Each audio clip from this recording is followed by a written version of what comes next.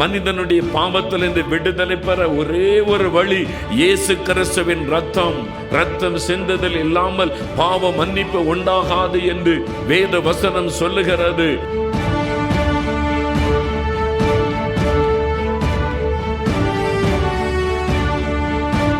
சாபத்தை ஆசீர்வாதமாய் மாற்ற இயேசு சிலுவையிலே சாபம் ஆனார். கலாத்தியர் 3:13 சொல்லுகிறது, இயேசு நமக்காக சிலுவையிலே சாபம் ஆனார்.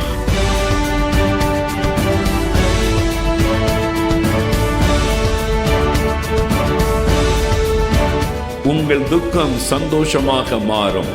ஆண்டவர் இன்றைக்கு உங்களுடைய துக்கத்தை சந்தோஷமாக மாற்றத்தான் இந்த இடத்திலே பிரசன்னமாக இருக்கிறார்.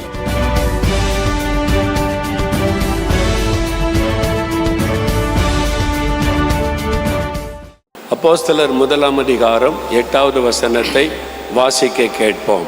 பரிசுத்த ஆவி உங்களிடத்தில் வரும்போது நீங்கள் பலனடைந்து எருசலேமிலும் யூதேயா முழுவதிலும் சமாரியாவிலும் பூமியின் கடைசி பரியந்தமும் எனக்கு சாட்சிகளாயிருப்பீர்கள் என்றார். பரிசுத்த ஆவி உங்களிடத்தில் வரும்பொழுது நீங்கள் பலனடைந்து எருசலேமிலும் யூதேயா முழுவதிலும் சமாரியாவிலும் பூமியின் கடைசி பரியந்தமும் எனக்கு சாட்சிகளாய் இருப்பீர்கள்.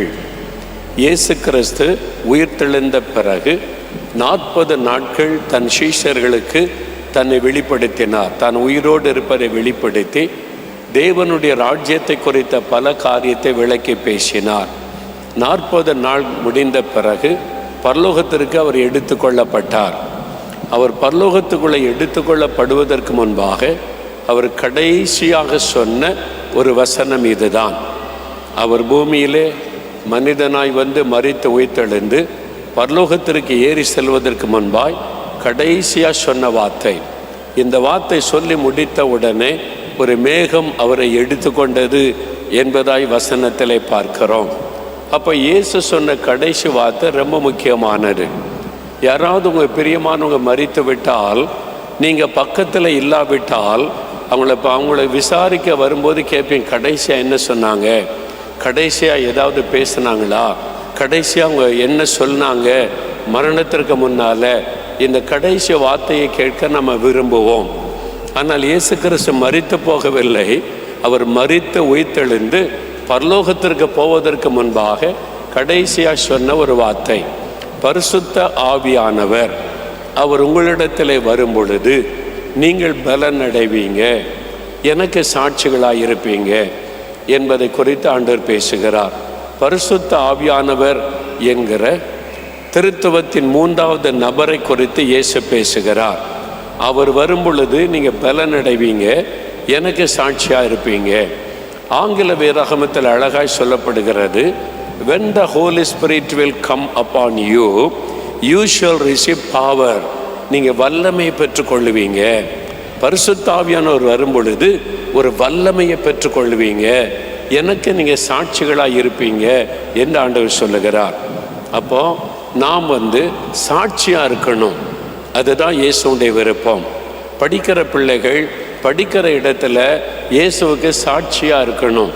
இந்த மகள் இயேசுவின் மகள், இந்த மகன் இயேசுவை விசுவாசிக்கிற மகன், இந்த மாதிரி தப்பெல்லாம் பண்ண மாட்டான், ஒழுக்கமுள்ளவனாக இருப்பான், ஒழுக்கமுள்ளவளாக இருப்பாள், இந்த மாதிரிலாம் பேச மாட்டான். அந்த மாதிரி ஒரு சாட்சியின் வாழ்க்கை. நீங்கள் வேலை செய்கிற இடத்துல சாட்சியாக இருக்கணும். இவங்க நேரம் தவற மாட்டாங்க, ஏமாற்ற மாட்டாங்க, கடினமாக வேலை செய்வாங்க, சம்பளத்திற்கு அதிகமாக தான் வேலை செய்வாங்க, சோம்பேறியாக உட்கார்ந்து சம்பளம் வாங்க மாட்டாங்க, இவங்க கிறிஸ்தவர்கள், அதனால் நேர்மையாக நடப்பாங்க. சாட்சி. வேலை செய்கிற இடத்துல சாட்சி. உங்கள் பிஸ்னஸில் சாட்சி இருக்கணும்.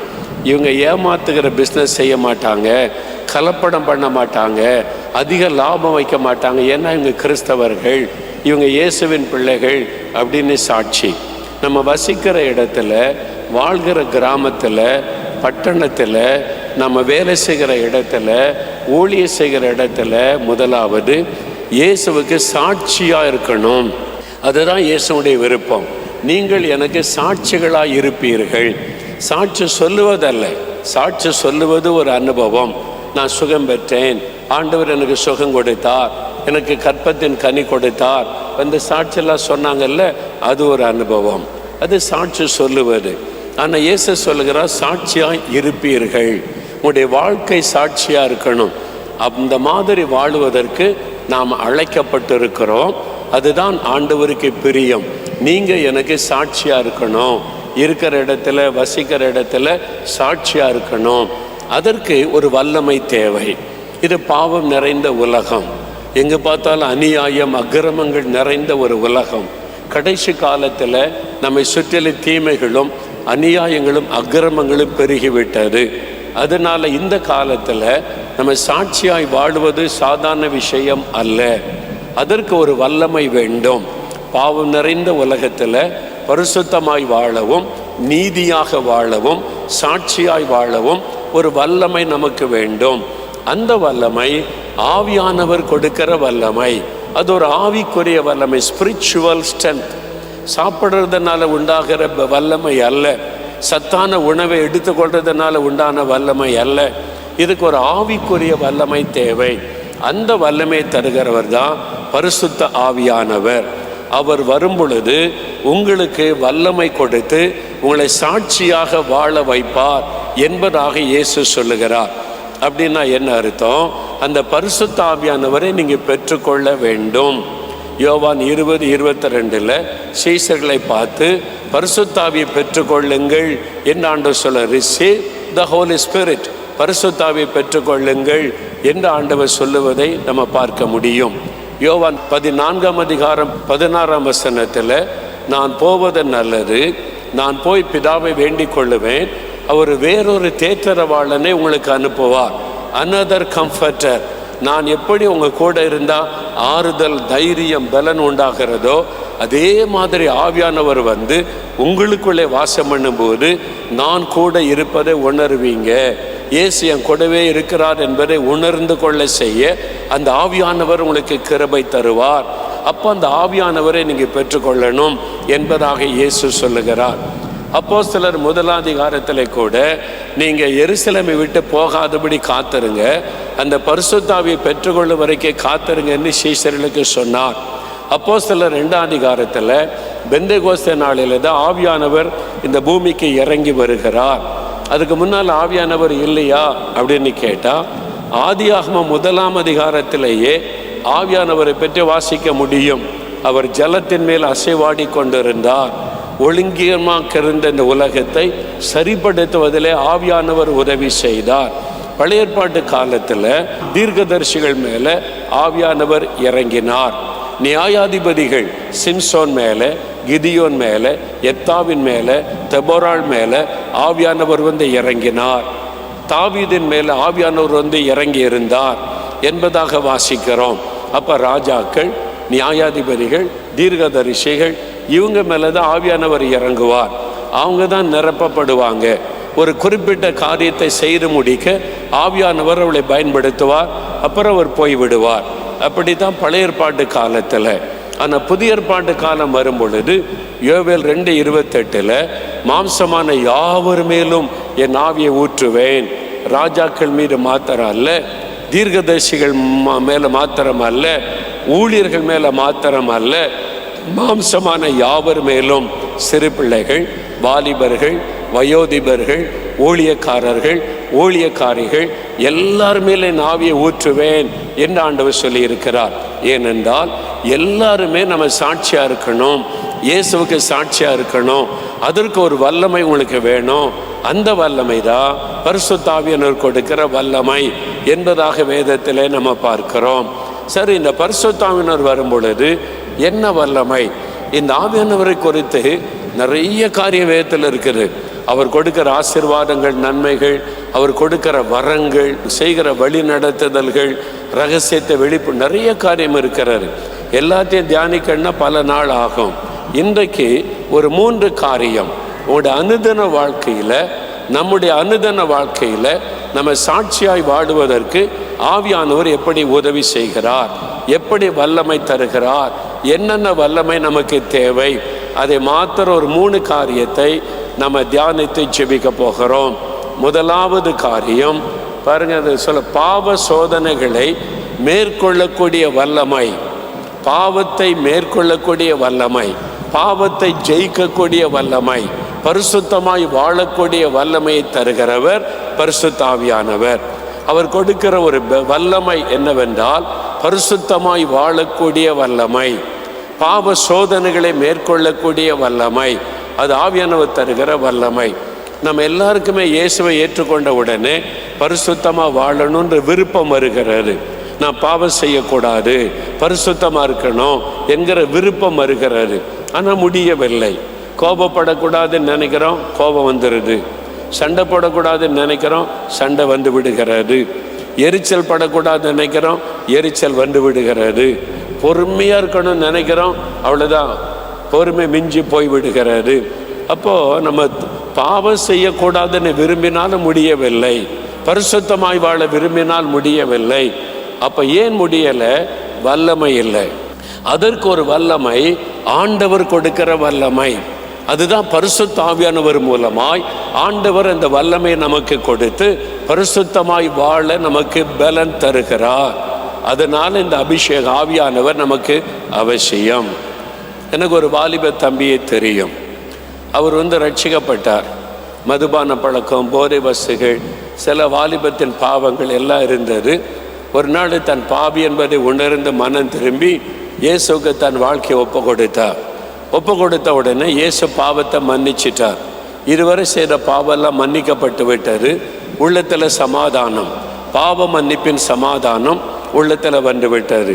இப்போ குடிப்பதில்லை, புகைப்பதில்லை, பாவ காரியங்கள் செய்வதில்லை, நல்ல ஒரு மாற்றம். இப்போ சாட்சியெல்லாம் சொல்ல ஆரம்பித்தார். இயேசுவை என்னை ரட்சித்தார், எனக்கு விடுதலை தந்துட்டார் அப்படின்னு பல இடங்களில் போய் சாட்சியெல்லாம் சொன்னார். சில மாதங்கள் கழிந்தது. சில மாதம் கழிந்த பிறகு மெதுவாக பழைய பாவம் அவருடைய வாழ்க்கையில் அவரை மேற்கொள்ள ஆரம்பித்தார். பழைய பாவம், எந்த பாவத்தை விட்டு வந்தாரோ அந்த பாவம் மேற்கொள்ள ஆரம்பித்தார். சில சமயம் அந்த பாவத்தை செய்திருவார். ஆண்டோட்டு போய் அழுவார், ஆண்டவரே நான் பாவம் செய்துட்டேனே, மன்னிச்சிருங்க மன்னிச்சிருங்க மன்னிச்சிருங்க அப்படின்னு சொல்லி மறுபடியும் அந்த பாவம் செய்வார். மறுபடியும் போய் ஜெபம் பண்ணுவார். இதே மாதிரி அந்த பழைய பாவங்கள் அவரை மேற்கொள்ள ஆரம்பித்தார். எந்த பாவத்தை விட்டு வந்தாரோ அந்த பாவம் மறுபடியும் தாக்க ஆரம்பித்தார். பரிசுத்தமாக வாழ விரும்புகிறார், முடியவில்லை. அதுக்காக உபவாசம் பண்ணுகிறார், ஜெபம் பண்ணுகிறார். போகிற ஊழியக்காரன்ட்டெல்லாம் போய் நான் பரிசுத்தமாக வாழன்னு ஜெபம் பண்ணுங்கன்னு சொல்லுகிறார், முடியலை. கடைசியில் அவர் யோசித்தார், ஒரு வாலிபனால் பரிசுத்தமாக வாழ முடியாது. வயசான காலத்தில் வேணா பரிசுத்தமாக வாழலாம், வாலிப பிராயத்தில் பரிசுத்தமாக வாழ முடியாது. அதனால் நாம் ஆண்டவருக்கு சாட்சியெல்லாம் சொல்லிட்டோம். இனிமேல் நான் பாவம் செய்து அதனால் இயேசுவுக்கு அவமானம் வந்துவிடும். அதனால் பாவமே இல்லாத இடத்துக்கு போயிட்டா நல்லது. பாவமே இல்லாத இடம் எது அப்படின்னு பார்த்தா பரலோகம்தான் பாவமே இல்லாத இடம், பாவம் நுழைய முடியாத இடம், பாவ சோதனை இல்லாத இடம் பரலோகம் மட்டும்தான். அதனால் அவர் பார்த்தார், பரலோகத்துக்கு போயிட்டா நம்ம பரிசுத்தமாக இருக்கலாம் அப்படின்னு சொல்லி சின்சியராக ஆண்டவர்கிட்ட போய் ஜெபம் பண்ணினார். என்ன ஜெபம் பண்ணினார்? ஆண்டவரே நான் பரிசுத்தமாக வாழ விரும்புகிறேன், என்னால் முடியல, இங்கே எல்லாம் பாவம் நிறைந்திருக்கிறது, கண்களின் இச்சை வந்து விடுகிறது, மாமிச இச்சை வந்து விடுகிறது, நான் விட்டு வந்த பாவம் திரும்ப வந்து விடுகிறது, என்னால் முடியல. அதனால் பரிசுத்தமான பரலோக ராஜ்யத்துக்கு என்னை எடுத்துக்கொள்ளுங்க. நான் அங்கே வந்துட்டால் பரிசுத்தமாக இருக்க முடியும்ல, அதனால் என்னை எடுத்துக்கொள்ளுங்க அப்படின்னு ஜெபிக்க ஆரம்பித்தார். பார்த்தீங்களா, பரிசுத்தமாய் வாழுவதற்காக என்னை பரலோகத்துக்கு எடுத்துக்கொள்ளுங்கன்னு ஜெபிக்க ஆரம்பித்தார். சின்சியராக ஜெபம் பண்ணார். ஆண்டவரே என்னை எடுத்துக்கொள்ளுங்க, இங்கே பாவம் செய்யாமல் இருக்க முடியல, வீட்டில் போனால் சண்டை வருது, கோபம் வருது, எரிச்சல் வந்துடுது, இங்கே நடக்கிறதெல்லாம் பார்த்தா கண்களின் நிச்சை வந்துடுது, மீறுதல் வந்துடுது, வேண்டாம் வேண்டாம், எனக்கு இந்த உலகமே வேண்டாம், நான் பரலோகத்துக்கு வந்துடுறேன், என்னை எடுத்துக்கொண்டா நான் பரிசுத்தமாக இருக்க முடியுமே. சின்சியராக ஜெபம் பண்ணுறார், பாரத்தோடு அழுது ஜெபிக்கிறார். ஒரு நாள் ஆண்டவர் அவரை சந்தித்தார். அப்படி ஜெபித்து கொண்டிருக்கும் போது வந்து, மகனே நான் உன்னை பாவத்திலிருந்து ரட்சித்தேன், உண்மைதான் ஆண்டவரே, என்னை பரிசுத்தமாக வாழ முடியலையே, என்னை பரலோகத்தை கொண்டு போயிருங்க. ஆண்டவர் சொன்னார், இல்லை நீ சாட்சியாய் வாழுவதற்கு தான் உன்னை ரட்சித்தேன். அதனால இந்த பூமியில நீ எனக்கு சாட்சியா இருக்கணும். என்னால முடியலையே, உன்னால முடியலைன்னு எனக்கு தெரியும். அதனால தான் என்னுடைய ஆவியினால் உன்னை நிரப்புவதற்கு நான் வந்தேன். என் ஆவியினால் உன்னை நிரப்பி விட்டால் அந்த பரிசுத்த ஆவியானவர் உனக்கு வல்லமை தருவார். அதனால இந்த உலகத்திலேயே நீ பரிசுத்தமா வாழ முடியும். நீ இந்த உலகத்திலேயே வெற்றி உள்ள வாழ்க்கை செய்ய முடியும். அதற்குரிய வல்லமையை தருகிறவர் தான் பரிசுத்த ஆவியானவர். நான் உன்னை நிரப்புகிறேன் என்று சொல்லி அன்றைக்கு தேவன் பரிசுத்த ஆவியினால் அவரை நிரப்பினார். அவ்வளவுதான். அவர் பரிசுத்த ஆவியில நிரம்பி அந்நிய பாஷை பேச ஆரம்பித்தார். ஆண்டவரை துதிக்க ஆரம்பித்தார். பெரிய ஒரு சந்தோஷம். ஆவியானவரால் அக்னி வந்து நிரப்ப நிரப்ப நிரப்ப போதாண்டவரே போதும், இதுக்கு மேல என்னால தாங்க முடியல என்ற அளவுக்கு ஆண்டவர் நிரப்பி விட்டார். இப்ப பரிசுத்த ஆவியானவரால் நிரப்பப்பட்ட உடனே அவருடைய வாழ்க்கை மாறிவிட்டது. இப்போ அவர் வெற்றி உள்ள வாழ்க்கை வாழ ஆரம்பித்தார். பாவத்தை மேற்கொள்ளுகிற வாழ்க்கை வாழ ஆரம்பித்தார். பூமியிலேயே சாட்சியாய் வாழ ஆரம்பித்தார். நான் அவரோடு பேசும்போது கேட்டேன், சரி ஆண்டவர் உங்களை நிரப்பிட்டார், பரிசுத்த ஆவியினால் நிரப்பப்பட்டீங்க, அப்போ உங்களுக்கு பாவ சோதனையே வருவதில்லையா, உங்களுக்கு பாவ போராட்டமே வருவதில்லையான்னு கேட்டேன். அவர் சொன்னார், பாவ சோதனைலாம் வருது, பாவ போராட்டம்லாம் வருது, ஆனா இப்ப நான் பாவத்தில் விழுந்து போவதில்லை, நான் ஜெயம் எடுக்கிறேன், அதை மேற்கொள்ளுகிறேன். அதை மேற்கொள்ள ஆவியானவர் எனக்கு பலன் தருகிறார். அதை ஜெயிப்பதற்கு ஆண்டவர் எனக்கு பலன் தருகிறார். பாவ சோதனைகளை மேற்கொள்ளவும் பரிசுத்தமாய் வாழவும் ஆவியானவர் எனக்கு வல்லமை தருகிறார். இதுதான் பரிசுத்தாவின் வல்லமை. அல்லேலூயா சொல்லுங்க. இந்த வல்லமை உங்களுக்கு தேவை. பரிசுத்தமாய் வாழுவதற்கான ஒரு வல்லமையை தருகிறவர் பரிசுத்த ஆவியானவர். அவர் உங்களை நிரப்ப நிரப்ப நிரப்ப உங்களுடைய கோப சுபாவம் மாறி சாந்த குணம் வந்துவிடும். அந்த ஆவியினால் நிரப்பப்பட நிரப்பப்பட நிரப்பப்பட பாவ உணர்வுகள் எல்லாம் நீங்கி ஒரு பரிசுத்த சிந்தை உங்களுக்குள்ளே வந்துவிடும். அந்த பரிசுத்தாவினால் அனுதினமும் நிரம்பி ஜெபிக்க ஜெபிக்க ஜெபிக்க உங்களுக்குள்ள பெருமை, எரிச்சல், அந்த சுபாவம் எல்லாம் விலகி அமைதி, சாந்தம் உங்களுடைய வாழ்க்கையில வந்துவிடும். உங்களுடைய சுபாவத்தையே அவர் மாற்றி விடுவார். உங்களுடைய குணங்களை அவர் மாற்றி விடுவார். பரிசுத்த ஆவியானவருடைய வல்லமை. இந்த வல்லமையை நீங்க பெற்றுக்கொள்ளணும். அதற்கு ஒரு நாள் பெற்றுக்கொண்டதோடு நின்றுவிடக்கூடாது. அனுதினமும் பரிசுத்த ஆவியினால நிரப்பப்பட வேண்டும். தினந்தோறும் பரிசுத்த ஆவியில நிரம்பி ஜெபிக்கணும். அதிகாலை எழும்பி வேத வசனத்தை தியானித்து பரிசுத்த ஆவியானவருக்கு இடம் கொடுத்து ஆவியினால நிரப்பப்பட்டு தினமும் நீங்க ஆவியில நிரம்பி அந்நிய பாஷையில ஜெபிக்க ஜெபிக்க ஜெபிக்க அந்நிய பாஷையில் பேசுகிறவன் தனக்கே பக்தி விருத்தி உண்டாக பேசுகிறான் என்று 1 கொரிந்தியர் 14ஆம் அதிகாரத்தில் முதல் 3 வசனத்தை வாசித்து பாருங்க. அந்நிய பாஷையில் பேசுகிறவன் தனக்கு பக்தி விருத்தி உண்டாக பேசுகிறான். அப்போ பரிசுத்தாவில நிரம்பி அந்நிய பாஷையில துதிப்பது, அந்நிய பாஷையில ஜெபிப்பது, அந்நிய பாஷையில ஆண்டவரை புகழுவது, அப்படி ஜெபிக்க ஜெபிக்க உங்களுக்குள்ளே பரிசுத்தம் பெருகும். கிறிஸ்துவின் சுபாவம் உங்களுக்குள்ளே பெருகும். உங்களுக்குள்ளே பக்தி பெருகும். உங்களுக்குள்ளே பரிசுத்தம் பெருகும். அதெல்லாம் செய்கிறவர் ஆவியானவர். அதற்கு தான் பரிசுத்த ஆவினால நிரப்பப்படணும்.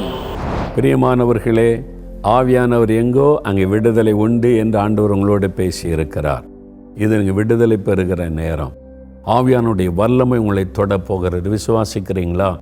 பரிசுத்த ஆவியினால் ஆண்டவரே என்னை நிரப்புங்க, உம்முடைய வல்லமை என்னை தொடட்டும்.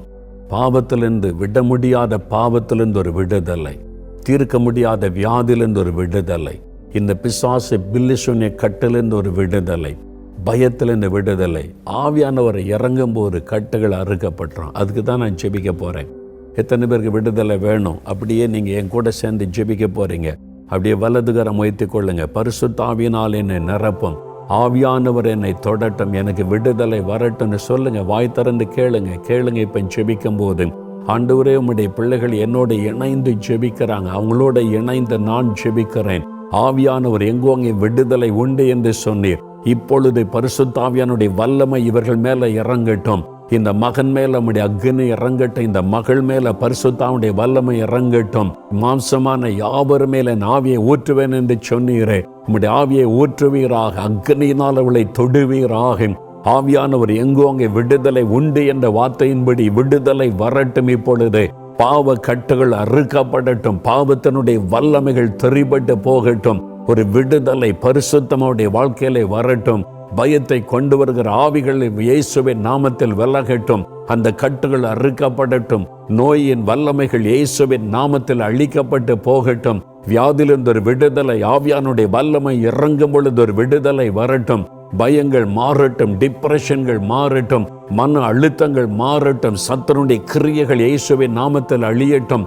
மந்திர பில்லிசோனி வல்லமைகள் அழியட்டும். இப்பொழுதும் அக்னி இறங்கட்டும். ஆவியானுடைய வல்லமை இறங்கட்டும். தொடுங்க ஆண்டவரே, அக்னினால நிரப்பங்க ஆண்டவரே. இந்த மகனுக்கு விடுதலை கொடுங்க, மகளுக்கு விடுதலை கொடுங்க, இந்த குடும்பத்துக்கு விடுதலை கொடுங்க. இதோ உம்முடைய வல்லமை இறங்குகிறதற்காய் ஸ்தோத்திரம். அக்னி இறங்குகிறதற்காய் ஸ்தோத்திரம். ஒவ்வொருவரையும் அந்த அக்னி தொடட்டும். பரிசுத்தாவின் வல்லமை தொடட்டும். இயேசுவின் நாமத்தில் உம்முடைய ஆவியின் வல்லமினால் விடுதலை, விடுதலை. இயேசு கிறிஸ்துவின் நாமத்தில் பரிசுத்த ஆவியானவர் கொடுத்த விடுதலைக்காக ஸ்தோத்திரம், ஸ்தோத்திரம், ஸ்தோத்திரம், ஸ்தோத்திரம்.